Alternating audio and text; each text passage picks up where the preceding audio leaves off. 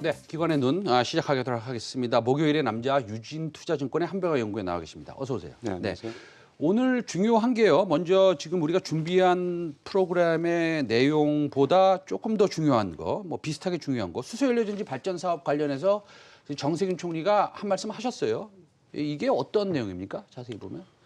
그거는 일단 사업 준비만 하고 하지 않는 사업자들한테는 네네. 무조건 해야 된다는 이제 얘기고요. 네네. 그거보다 더 중요한 거는 의무 판매 제도를 도입을 한다는 겁니다. 네. 기존에는 지금 수소 연료전지 발전은 네. 신재생 에너지 안에 포함이 되어 있어서 네네. 재생에너지 의무 비율 전체로 이제 규제를 네. 그 의무를 해야 됐거든요. 근데 네네. 이제는 수소만 딱 따로 떼서 수소 연료전지 발전에 대해서만 의무화 제도를 한다는 것은 기존의 발전 사업자들이 무조건 수소를 해야 된다는 수소를 일정 부분 해야 된다는 이제 그런 의무이기 때문에 네네. 수소 연료전지 발전하는 두산 퓨어셀 같은 회사는 뭐 굉장히 큰 호재라고 할 수 있겠습니다. 아, 그게 생각보다 굉장히 큰 호재네요. 정부가 매출액이 일어날 수 있는 가능성을 100%로 만들어 준 거죠. 아, 정부가 매출액이 증가할 수 있는 가능성을 그렇죠. 100%로 만들어 준 것이다. 그래서 굉장히 큰 호재고요. 아, 뭐 두산 그러니까 퓨어셀 보통 예, 알겠습니다. 뿐만 아니라 뭐 진성 TC 같은 회사들도 마찬가지고요. 아. 다만 이제 아쉬운 것은 네. 이 수소를 재생에너지에서 만드는 그린 수소로 해야 되는데 네네. 이번에는 아직 그 부분은 빠진 것 같아요. 그래서 근데 어차피 그린 수소로 우리가 가야 되는 방향이니까. 그렇습니다. 그래서 나중에 아마 좀 추가를 해서 네네. 비율을 정할 때 그린 수소 비율도 일정 부분 넣도록 하는 제도가 네네. 꼭 필요하다고 봅니다. 알겠습니다.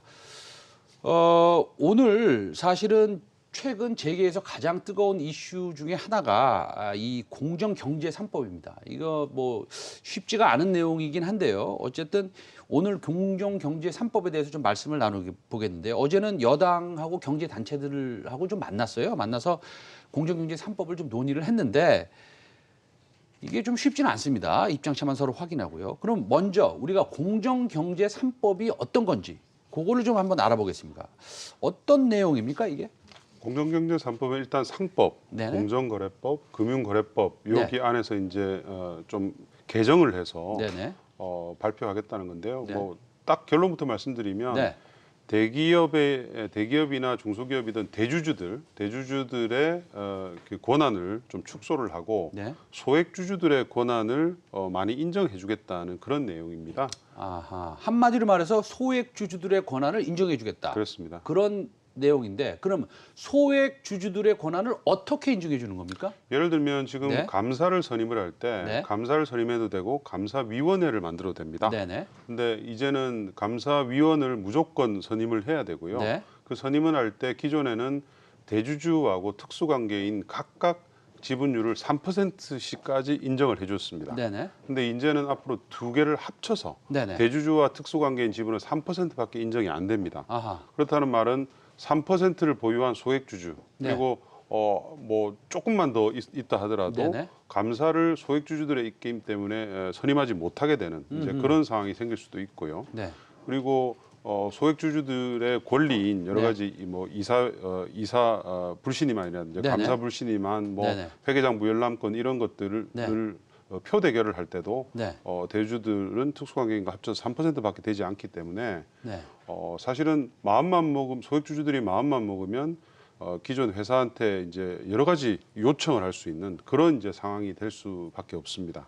그러면 소액 주주들의 입장을 달래기 위해서는 뭐 자사주 매입이라든지 아니면 뭐 무상증자라든지 아니면은 아주 쉽게 생각하면 그 배당금이라든지 이런 거를 좀 증가시켜서 뭔가 주주 친화적인 정책을 많이 뭐 시행을 해야 될 텐데 그럼 기업들의 입장은 좀 틀리지 않겠습니까?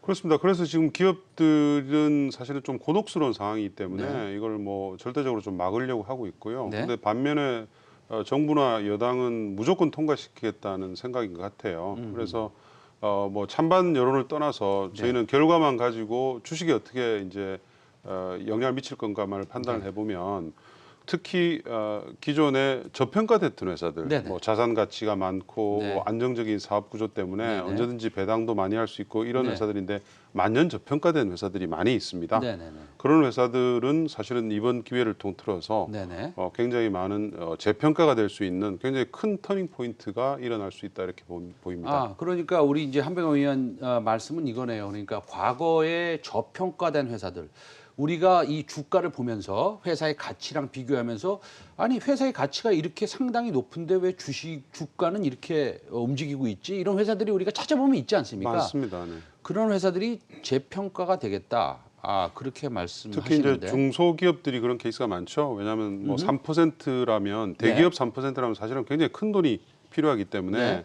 뭐 대형 아마 헤지 펀드들이 네네. 거기에 이제 반응을 할 것 같고요. 다만 시총이 뭐 1,000억에서 2, 3천억 되는 네네네. 회사들은 3% 해봤자 네. 충분히 그것을 이제 살 수 있는 많은 이제 펀드들이 있지 않습니까? 네네. 그래서 그렇기 때문에 이제 영향은 아마 중소기업 쪽에 훨씬 더 큰 이번 영향이라고 있을 수 있다고 봅니다. 중소기업 쪽에 좀 큰 영향을 미칠 수 있다.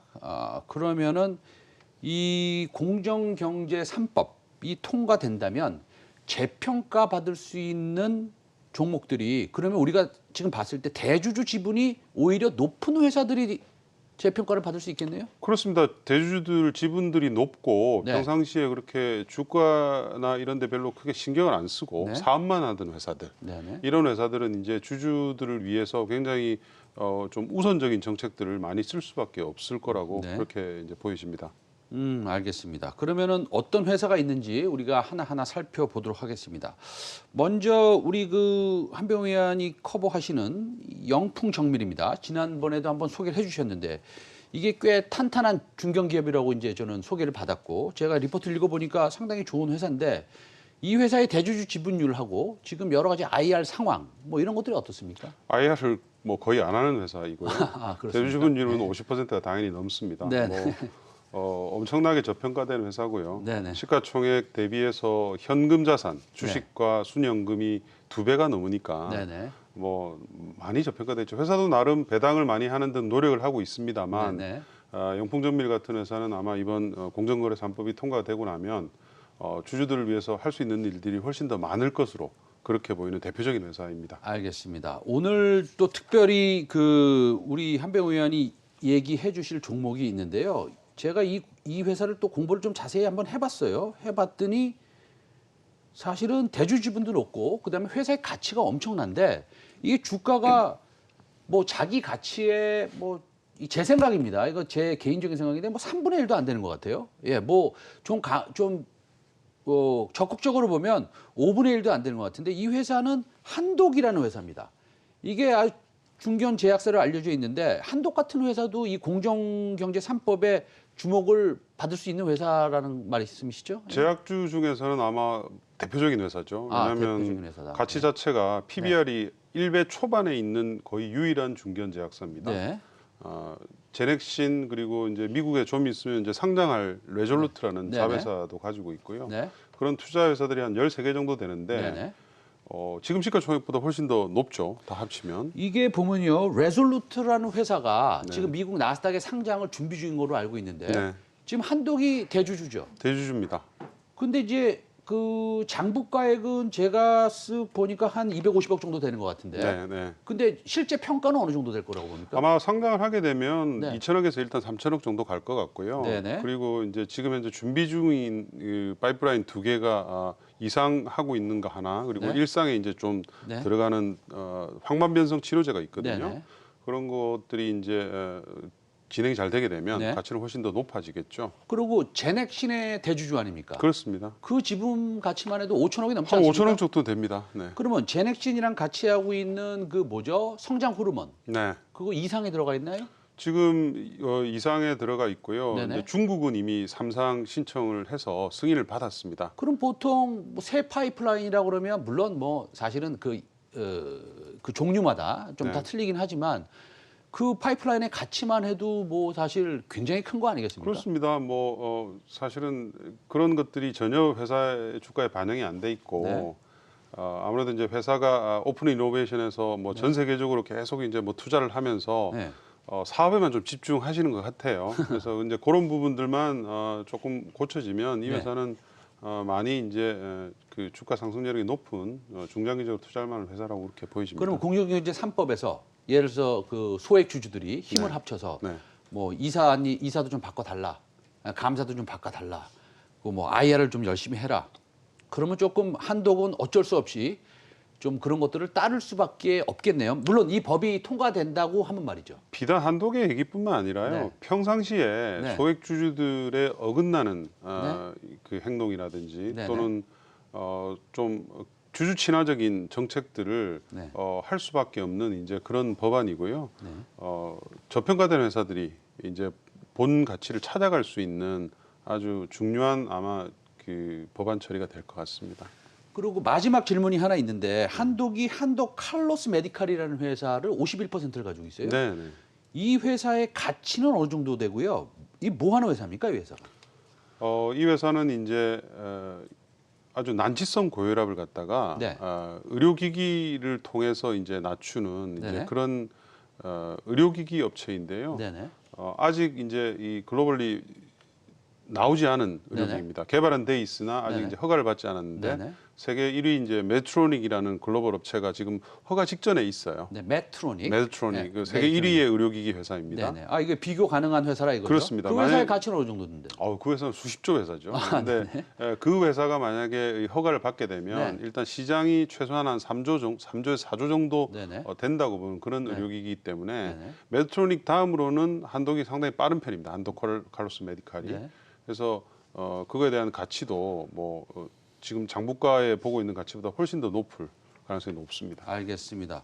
지금 보면은요, 이 장부가 기준으로 PBR이 1.4배 정도 나오는 거 맞죠? 그렇습니다. 1.3배 뭐 왔다 갔다 합니다. 아니 그러면요, 참 장부가 기준으로 1.4배면 이게 그러면 이 가치를 이 지금 한독이 가지고 있는 한독 칼로스 메디컬 무슨 예를 들어서 제넥신 뭐 미국에 지금 상장 준비 중인 레졸루트 등등 이 회사들의 현실적인 가치가 있지 않습니까? 네, 네.